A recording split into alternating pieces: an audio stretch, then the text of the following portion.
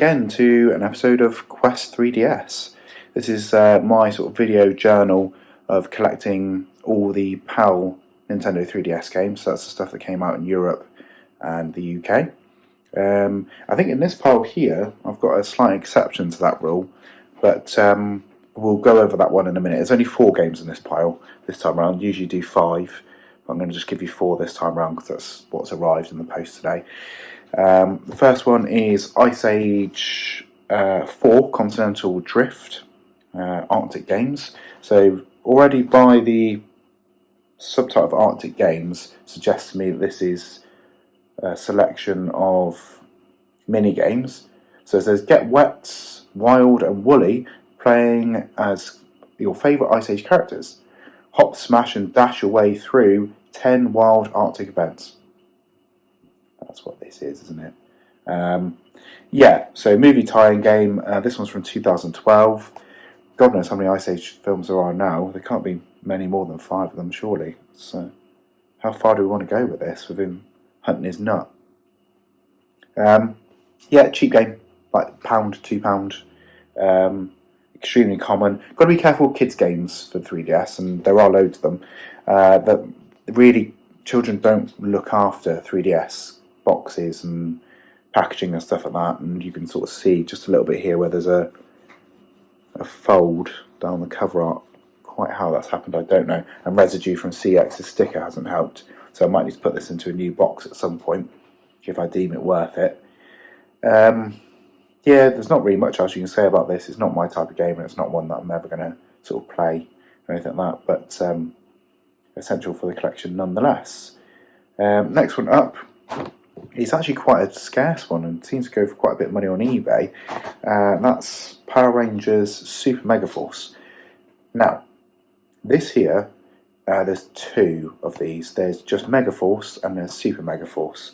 The Mega Force one I think came out like 2014 or 2013 or something, and this one was like 2014, 2015. I think it's basically sort of an upgrade of the previous game rather than a sequel. So I want to say that it came out in quite quick succession. So it says, battle as your favourite Super Mega Force Ranger, super-sized sword battles, scan Ranger keys to unlock legendary Rangers and power-ups. Now this one on CX was £10, which is good for this. On eBay, sellers seem to want anywhere between £15 to like £25 for it. You know, try and not go for a buy it now if you can. Wait for a bidding copy to come up, because the correlation between a buy it now versus what things are actually going to sell for through bidding is totally different. You can ask whatever the hell you want for a game if there isn't much in the way of sort of supply for it. But as it stands, there were a couple of copies of this for CEX. It wasn't one of those where they were running dangerously low on stock, and they might put it up, they might put it down, who knows. But yeah, I would say jump on it if you can. Just cross this one off the list, because it's one of those like the Turtles games where there's like 3 of those and like 2 of them are very, very similar to each other. You might sort of overlook it and think, oh well, I've got that, I'll polish it off, but in actual fact you haven't.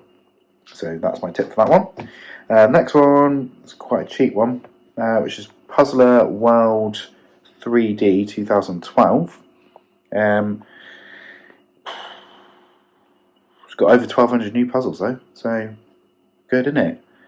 I think this is a continuation of the DS franchise of sort of Puzzler World cartridges. It's made by Ubisoft. It actually supported the 3DS quite well throughout its lifespan. Quite why they decided to do this and then a follow-up later on as well with 2013. It's down to them, I suppose. Maybe someone wants to tweet them and say what we're playing at. But yeah, 16 different puzzles, classics such as crosswords, word search, but also brand new puzzles like Spiral Crossword, Pathfinder, and more. So if this is your sort of game, it's a cheap one, a few quid. Yeah, I think like £2 this was. And it's not really worth less than that, but it might be one of those that you could find in a charity shop. It seems like that sort of game that you look at a stack of DS games and find an odd version of Puzzler 2012. It's jammed in there for like £1. So it's not one that should be urgent on your list, because it's always going to be around. But yeah, it's just because I bought a bulk of 3DS games, I thought I'd just add that one to it. just mop up the smaller part of the market.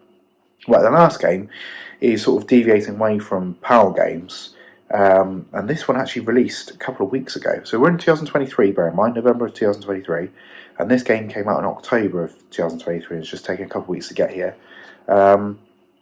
It's Shakedown Hawaii.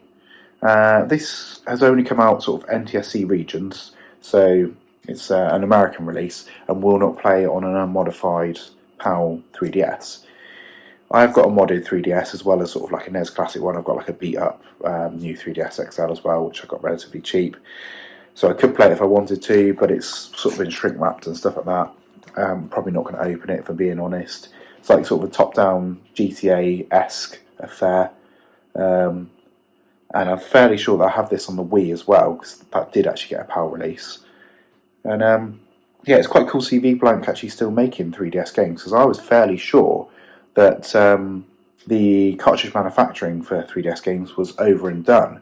Certainly you can't send any PAL games off for certification anymore, because they shut the ability to do that along the same time as sort of Wii and Wii U.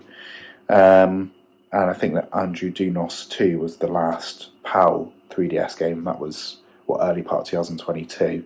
But here we are in 2023, and the NTSC 3DS games are still chugging on. So as long as that continues, I'll probably start mopping up the ones that are coming out, if they do continue to keep coming out. And glad to add that one to the collection, and strike it off my list. So I think this is probably taking me to about 333 3DS games now. Lots of threes. And what I'll do is I'll go back with some of the games that I've bought in previous times and sort of show you the ones that I've got, as well as the ones that I'm getting in the future. But that sort of concludes this episode for this time round, and I'll see you next time. Ciao.